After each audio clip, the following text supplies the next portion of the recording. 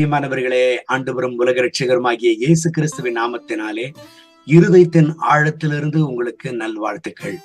எத்தனை மேடு பள்ளங்கள் இந்த வருடத்தில் நமக்கு கடந்து வந்திருக்கோம். எத்தனை சூழ்நிலைகள், எத்தனை நிந்தை, அவமானங்கள், போராட்டங்கள், பலவீனங்கள், எத்தனை வியாதிகள், வறுமை, வருத்தம், வேதனை, கண்ணீரின் நிலைமை. ஆனாலும் ஆண்டவர் நம்மை கைவிடவே இல்லை.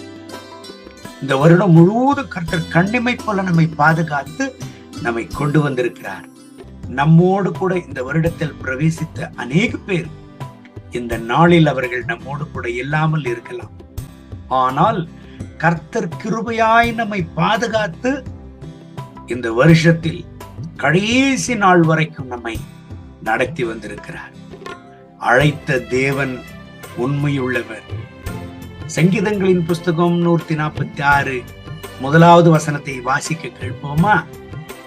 அல்லேலூயா, என் ஆத்துமாவே கர்த்தரை துதி. இந்த வருடத்தில் கர்த்தர் நமக்கு பாராட்டின ஒவ்வொரு நன்மைகளுக்காக அவருக்கு நாம் நன்றி சொல்ல கடமைப்பட்டிருக்கிறோம். ஏன்னா 5வது வசனத்தில் சங்கீதக்காரன் சொல்லுகிறார் பாருங்க, யாக்கோபின் தேவனை தன் துணையாக கொண்டிருந்து தன் தேவனாகிய கர்த்தர் மேல் நம்பிக்கையை வைக்கிறவன் பாக்கியவான்.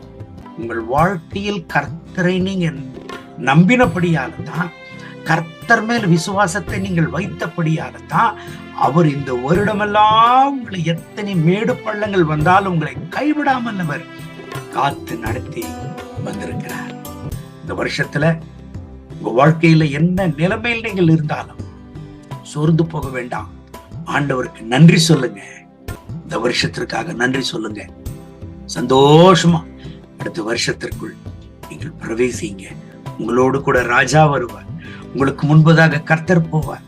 கோணலான வழிகளை செவ்வையாக்குவார்.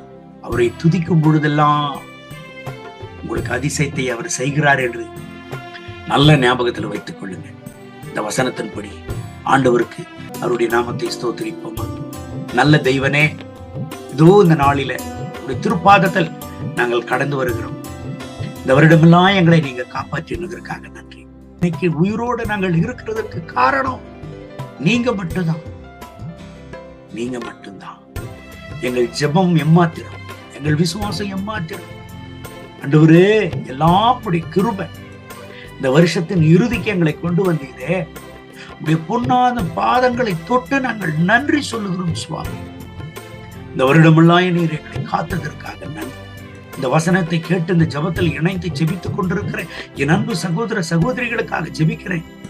இவர்களை ஆசீர்வதியும், இவர்களை பலப்படுத்தும், இவர்களுடைய துதியை அங்கீகரியும், இவர்கள் ஸ்தோத்திரத்தை அங்கீகரியும். இந்த நாள் முழுவதும் இவர்களை நடத்தும். இந்த நாள் முழுவதும் இவர்களை ஆசீர்வதியும். சந்தோஷமா புதிய வருஷத்தை அடியெடுத்து வைக்க கர்த்தர் இவர்களுக்கு கிருபைத்தார்.